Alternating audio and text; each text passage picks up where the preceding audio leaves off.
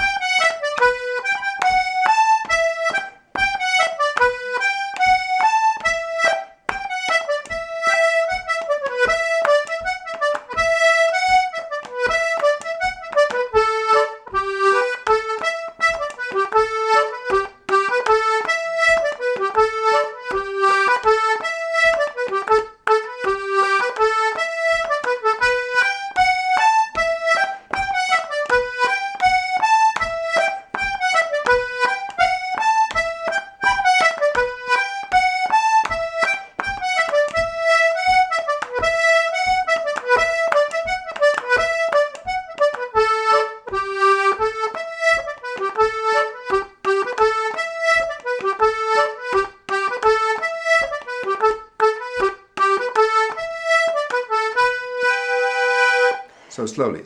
It's very repetitive and very easy to learn because there's not much to it. Each part is made up of a short phrase repeated 4 times with almost no variation. Unless you want to, of course, but first one, B to G.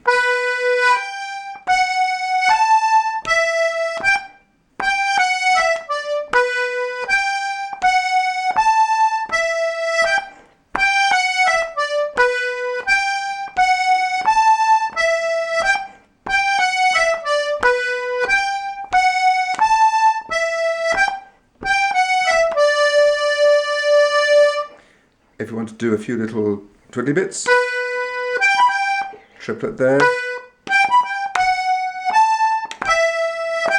grace,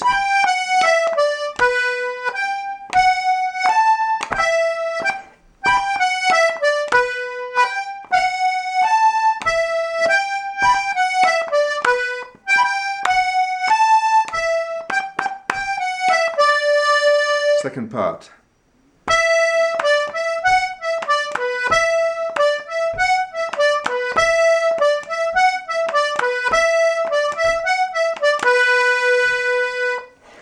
Again.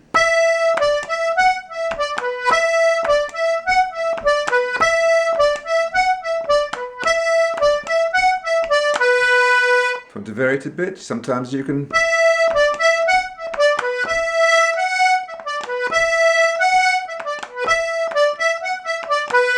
so miss out that D and then anticipate the F sharp a bit.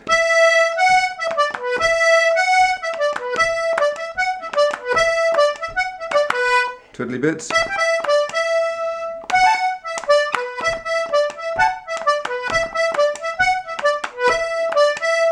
Slide. And so on. Takes us on to the last part.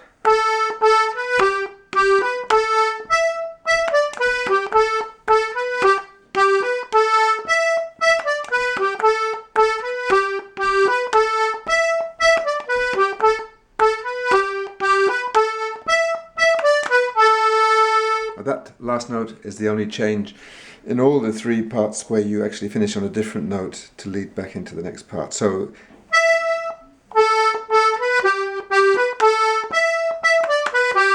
can say the phrase normally ends on a G. The last time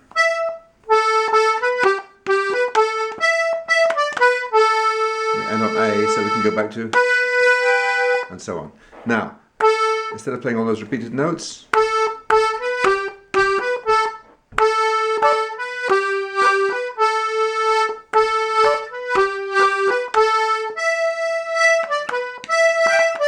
instead of playing just or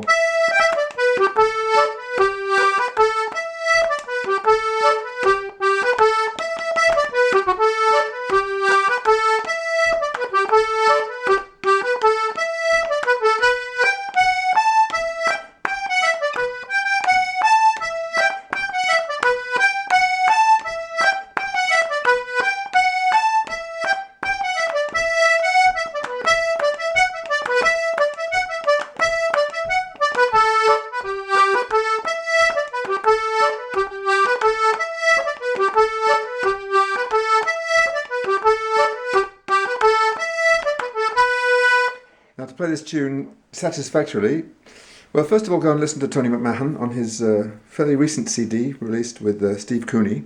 It's an old recording, or it's a few years old anyway, but recently released.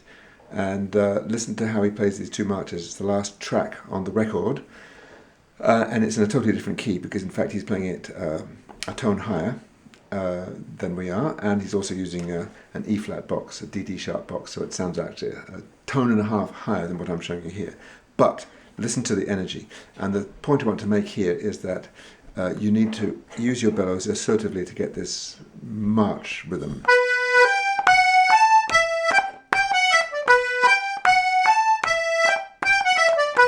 Push!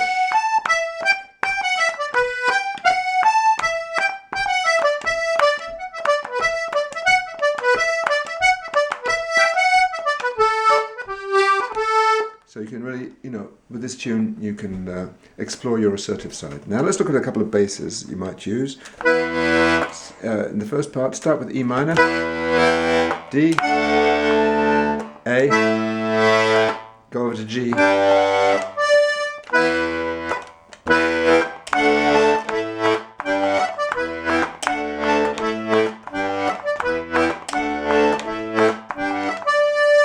second part, E minor, E minor,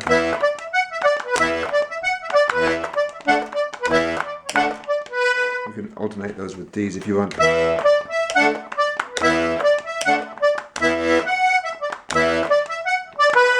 Last part, A, G, A. Then you can pull that E minor there.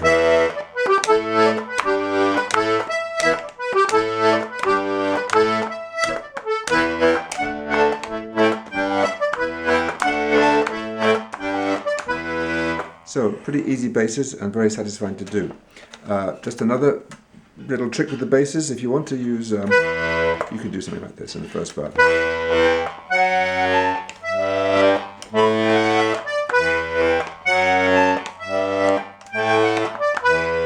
The walking bass, the rising bass. So playing E, F sharp, G, and A. Sorry. Everything's pulled except for the F sharp there, so that the F sharp does duty for the key of D, F sharp bass. That will do like a G bass will do for an A7 if you like.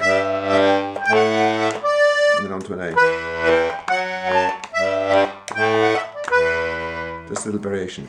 Anyway, have fun with that and have fun with playing it very assertively.